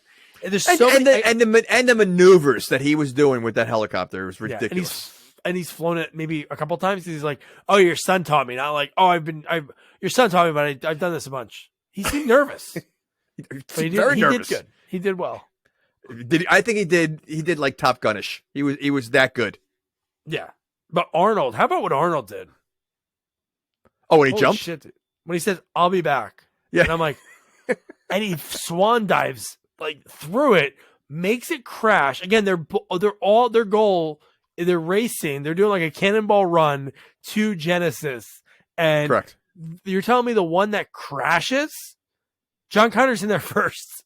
I know obviously he's not hurt, so he's not like in pain and having to do anything, but you think his body from when Arnold's fighting him at the end with that really cool laser thing, and you see him like get like slashed up, you would think the helicopter would like burn him a little bit, that he would be a little slow. No, he walks right into the building. But he's a computer. He's like a computer image though. So it's like, what kind of injury is he going to get? He's yeah. I guess like, I don't like. See, I'm confused what John Connor is. Because he shows himself as human, but he has that computer. Like, is he like Genisys, that kid? Is he just computer generated? When I was reading online, he's like a T3000, which is like the most advanced. I guess the higher the number. But so he's not. Is he robot form? Like, does he just have John Connor's mind, or like I thought that John Connor became a computer image based on being grabbed by the guy in the beginning. That's a great question. And like he melted, like he changed into like Lawnmower Man. Like he became like that's what I thought. But like they don't really explain it. Like I'm confused, kind of confused of what he is. Yeah. Like if it's really him, or I don't think he's a Terminator. I don't think he's a Terminator. No, he's a T3000 because we do see him. But isn't that a Terminator? Yeah. So he is a Terminator, but I know what you're talking about because he is like. Because when his face gets slashed, it's still sorted together, even though Arnold goes full through it.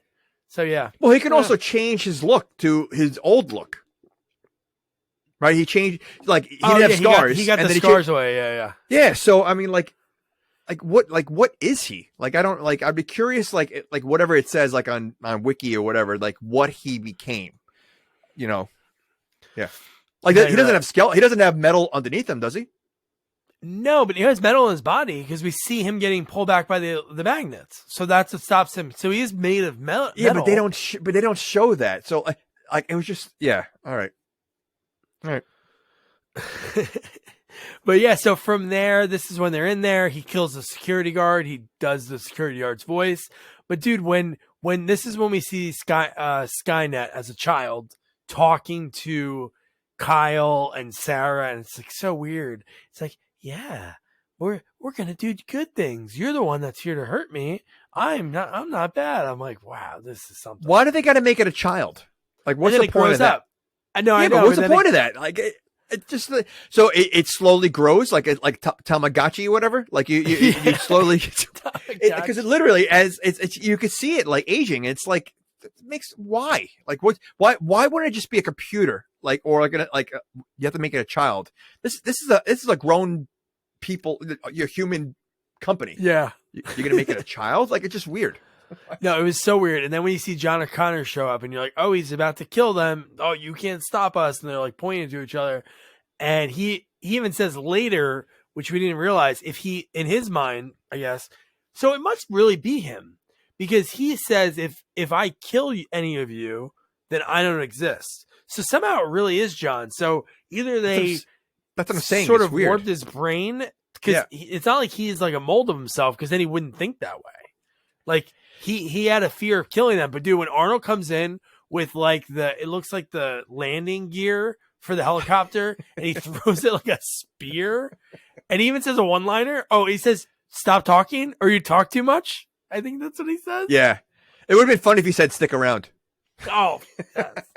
But the fact that he throws that through his chest, he's stuck into the computer screens. And then at this point, this is when we find out Arnold used to work here and he knows like everything. He has it set up that she can go into the bunker so they can survive a blast. And you're like, holy shit, man, he knows everything. But then this is when the computer goes from a day or 13 hours to 15 minutes. And again, back to Arnold working there. What kind of hiring process do you have when this guy barely doesn't understand, common sense and common like language, and he gets a job at like the high security, high tech place? They're like, this guy's big. How funny would that part of that process of watching a movie of Arnold like interviewing? Yeah, he knows how to manipulate. Like maybe he did go to college. He was around for so long. Maybe he went to college, but he looked old the whole time, sort of. I guess, right? Oh no, he got older from 84 to 2017. We did see him age, so. I don't know. I have no idea. That's so stupid. Right. Yeah, it was just it was definitely silly. But and then they're trying to detonate the bomb because that's what they want to do is get into that room. So they're like the time travel in two senses, like the main core of Skynet is a time machine, and also everything works from that. So they're going to detonate the bomb. And then right at that point, John comes. And somehow, even though they see him coming, he's still able to, he runs up, grabs his mom. And then he even reveals, like, I'm not going to kill her. But when when she's like, you have to hit the button, he's programmed. Like the other one was programmed to kill Sarah Connor. Correct. He was save Sarah Connor. So he couldn't hit the button. So Reese is about to do it. And then like within seconds, man, we get a really cool fight scene. Yeah, but did Reese, like, did he understand what was going to happen if he pushed a button? Well, in his mind, I guess it would save the world. I don't know. Then he could have done that a long time ago. Yeah, you're right. I mean, if he was going to do it there, why go again? How many innocent people died from the time he met Sarah to now? He should have done it a long time ago. Oh, well, you're talking about to procreate, to make him. Yeah, no, I know. Because it's the same sense. Like if one of them die, there's no John Connor.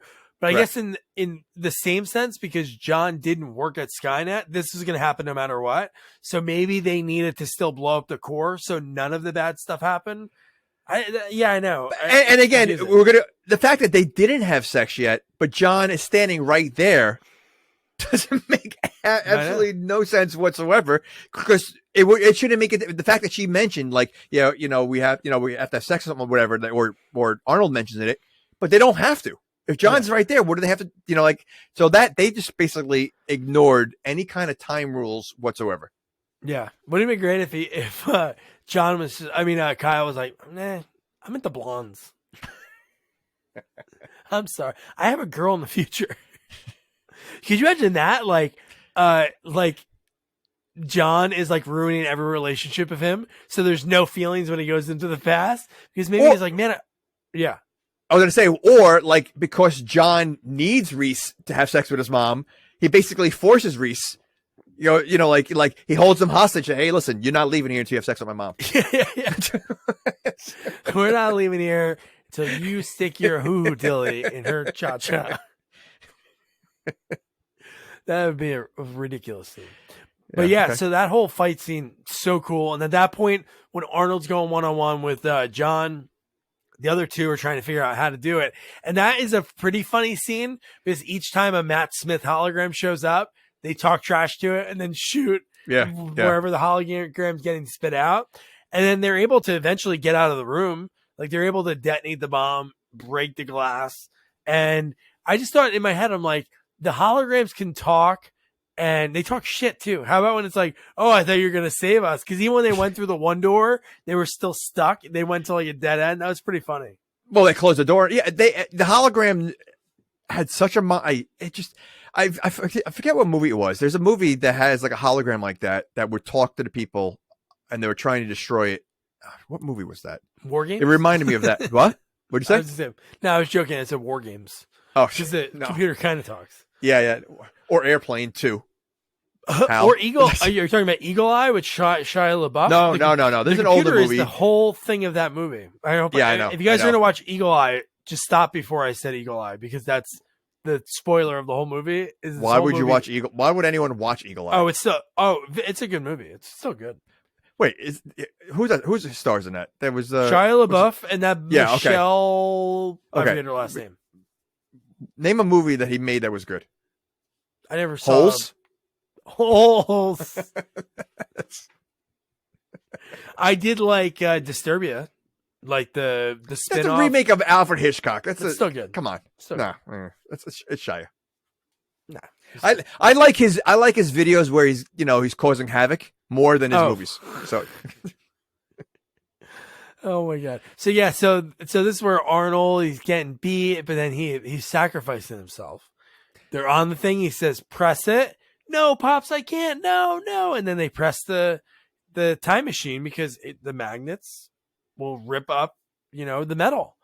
So then they're able to get down just in time. They get into the bunker, and they're just closing the door when they detonate the bomb. Like, they're just closing it. And the thing that's crazy is, if there was a bunker in the bottom of a building to save people in the case of like something, I don't think that you design it that the air is going to run out in like a day, because they said we're running out of air. And I'm like, why would you be running out of air? Like, what's the point of having a bunker then? Exactly. Oh, we're gonna die, but not like we're not gonna crush and die. We're No, gonna no, suffocate. you know, we're gonna be safe on that part, but we're gonna suffocate to death. Yeah. In like 3 hours afterwards. So at least we get an extra 3 hours. You know what? I think I'd rather get burned up, you know, with like an atomic bomb because it'd be quicker than suffocating and dying that way. Yeah. No, you're right. And she wants to find Arnold. And at first she thought it was like emotion. And then she was like real serious about the job at hand. She's like, I just want to make sure I find the parts so nobody could find it and replicate it. And you're like, oh shit. And then knock at the door. Now this makes no sense. Oh, this doesn't make sense. No, out of all the things, this makes no sense. So how is he a T-1000 now? Or T-3000, whatever he is. He has a hook for an arm to break open the door. I know. I don't know. Did they call him a T-2000, whatever? No, I think he calls himself a T-8000. I think one of them, I think he's a T-8000 or something. I'm like, what's happening right now? He went from 808,000, but how'd that happen in those instances? Or is he another one that came back from the future? It doesn't make any sense. And what did they just go by like hundreds? Like what happens to T, 1001? I know, like 409. I mean, like there's got to be other. Yeah, like 409. They got that name because it was a 409th mixture. There wasn't like TA42. Like that one didn't flow off, I guess. I want to see those. I want to see the one that didn't pass, inspection. Yeah.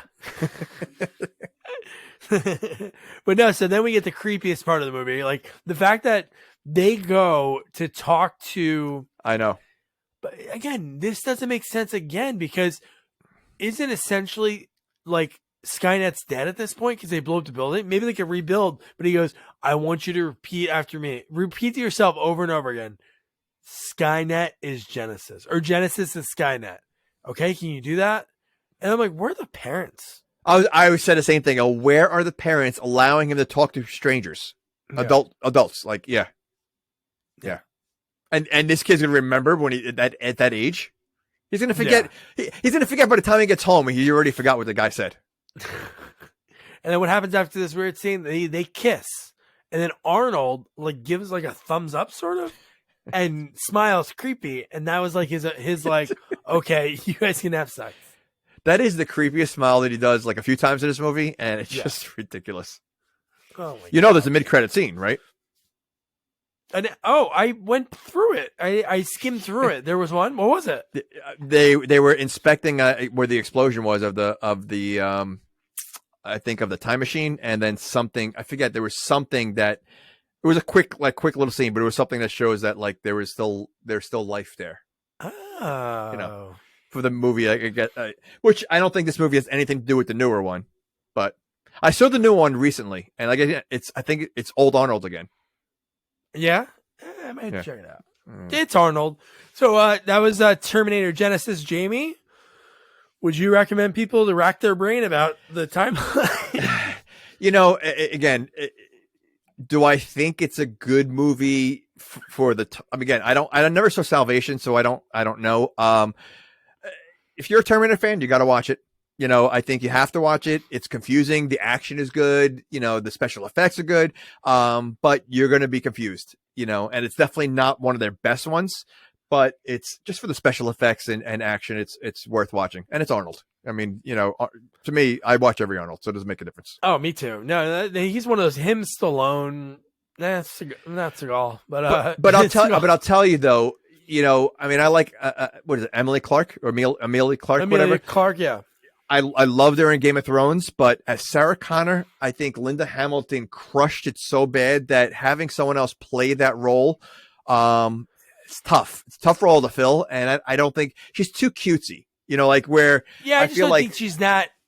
She's not that. Like Linda Hamilton looked like She looked tall. Well, not in the Like, first one. Amelia Not in the first one, though. First one, she was no, chubby. I'm not saying jacked. I mean, like, she was tall. I feel like she was as tall as Michael Biehn. Maybe yeah, Michael but she's Biehn. also Linda Hamilton is gruff looking. Like she looks hard. Like her face looks hardened. Like where Amelia Clark is she's too cute to play this like badass like warrior that's fighting. Like it's just like I feel like it was a miscast. I don't think like she fits that good Sarah Connor. I think role. it'd be too hard to cast out. I think she did a good job. I think Jay Courtney. She did, but it's just I like him a lot. He's good. He's good.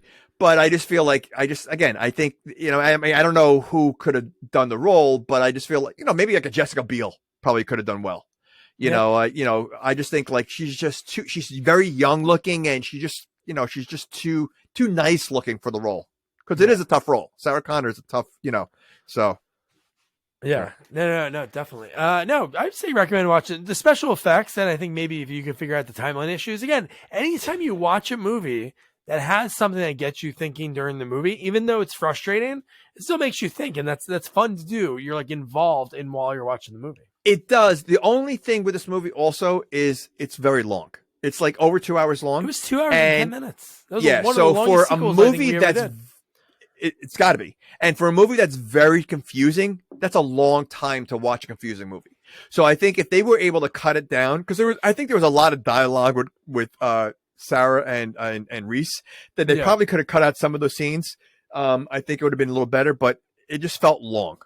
Oh no, it definitely felt long. I think anytime a movie is over 2 hours, I think even over an hour 30, like I don't know. Listen, perfect runtime. We saw some movies that like 80 minutes that felt like it was long. So, I mean, I don't know how long Mirror Mirror was, but I'm assuming it was probably close to the 80 to 90 mark. And that was rough. All right. So that was Terminator Genisys. And next up is a sequel that people have been talked about for years. It was disappointing on the screen, but the behind the scenes stories about some of the people that couldn't work in it, that maybe didn't want too much money, which is one thing that hurt the picture, was Mortal Kombat Annihilation. And for it, this is like one of the coolest interviews that I've done because pandemic, this was like 2021 pandemic, Jamie doing his job, reaching out and getting us people to chat with. There was an amazing actress, stuntwoman. She's going to be directing, and Marjean Holden.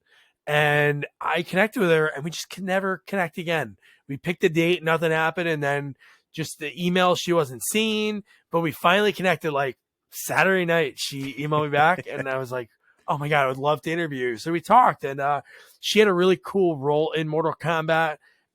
She was like one of those fan favorite characters. She was Kiva in the movie. But that was like not even close. Sheeva. She was Sheeva. And some of the other roles that she had over the years were so cool. She had an awesome scene she told me about working on John Carpenter's Vampires. She was just a stunt player, but they wanted her to do like a burn. And she was like, I don't want to mess around with that. They're like, you know what? You can be one of like the main vampires in this big scene. So she had a cool story about filming that. But her story about making it to Hollywood, obviously people that listened before, those are my favorite stories, like the origin stories of people's careers. But the fact that she was like at Arizona State, she works on like this small movie called Campus Man. And then her first role is in Bill and Ted's Excellent Adventure. Pretty cool. She's one of the speakers, one of the student speakers. So that was pretty rad.